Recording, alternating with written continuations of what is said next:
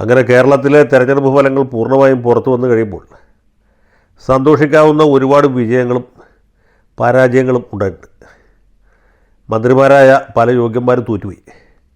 പ്രത്യേകിച്ച് ആരോഗ്യമന്ത്രിണി വീണ ജോർജ്, ഉന്നത വിദ്യാഭ്യാസ വകുപ്പ് ഭരിച്ച പ്രൊഫസർ ബിന്ദു, പിന്നെ നമ്മുടെ പീച്ചി കാച്ചി ഡിപ്പാർട്ട്മെൻറ്റ് കാര്യക്ഷമമായിട്ട് ഭരിച്ച ചിഞ്ചൂർ റാണി, അതുപോലെ വ്യവസായ മന്ത്രി, കേരളത്തിൻ്റെ വ്യവസായ പുരോഗതിക്ക് വേണ്ടി അനവരതം പ്രവർത്തിച്ച, പല വ്യവസായശാലകളും പൂട്ടുന്നതിന് മുൻകൈ എടുത്ത് പ്രവർത്തിച്ച സഖാവ് പി രാജീവ്, പിന്നെ സ്പോർട്സ് മന്ത്രി, മെസ്സിയെ കൊണ്ടുവരാം എന്ന് പറഞ്ഞ് മനുഷ്യരെ വിഡ്ഢിയാക്കിയ അദ്രമാൻ, അതുപോലെ ആർക്കും ഒരു ഉപദ്രവം ചെയ്യാത്ത നമ്മുടെ കടന്നപ്പള്ളി രാമേന്ദ്രൻ, പട്ടികജാതി പട്ടികവർഗ വകുപ്പ് ഭരിച്ച മഹാനായ കേളു, പിന്നെ അങ്ങനെ എണ്ണി പറഞ്ഞാൽ തീരില്ല, അതിന് മാത്രമുണ്ട്. പിന്നെ സാധാരണ വിദ്യാഭ്യാസ മന്ത്രി ശിവൻകുട്ടി, ഇവരെല്ലാവരും തന്നെ പരാജയപ്പെട്ടു.